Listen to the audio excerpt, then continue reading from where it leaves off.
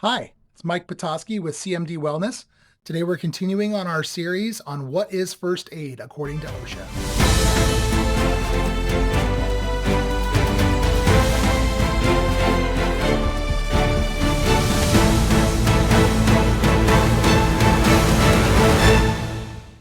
In subsection D of 1904.7, OSHA highlights that using wound coverings such as bandages, band-aids, gauze pads, etc., or using butterfly bandages or steri strips are considered to be first aid. There is a caveat to this which says other wound closing devices such as sutures, staples, etc. are considered medical treatment. There's an easy way to differentiate these two types of medical procedures. The two key words here are closure devices and covering devices. Closure devices are typically going to be when we're bringing the two edges of a skin together in order to help them heal quicker. If you think about a trench in the ground, the wider the trench, the more material it needs to fill that trench in, the longer it's going to take to fill in. If we're able to bring the two edges of the trench together and make it a narrow trench, you need less material and it takes less time to fill the trench. It's a similar concept with wound repair. So if we have an abrasion or laceration and you bring the two edges together, it heals quicker and it heals better. In medicine, we call that approximating the edges of the wound. However, OSHA says if we actually have to physically manipulate and bring the two edges of the wound together, that again falls under what would be medical treatment because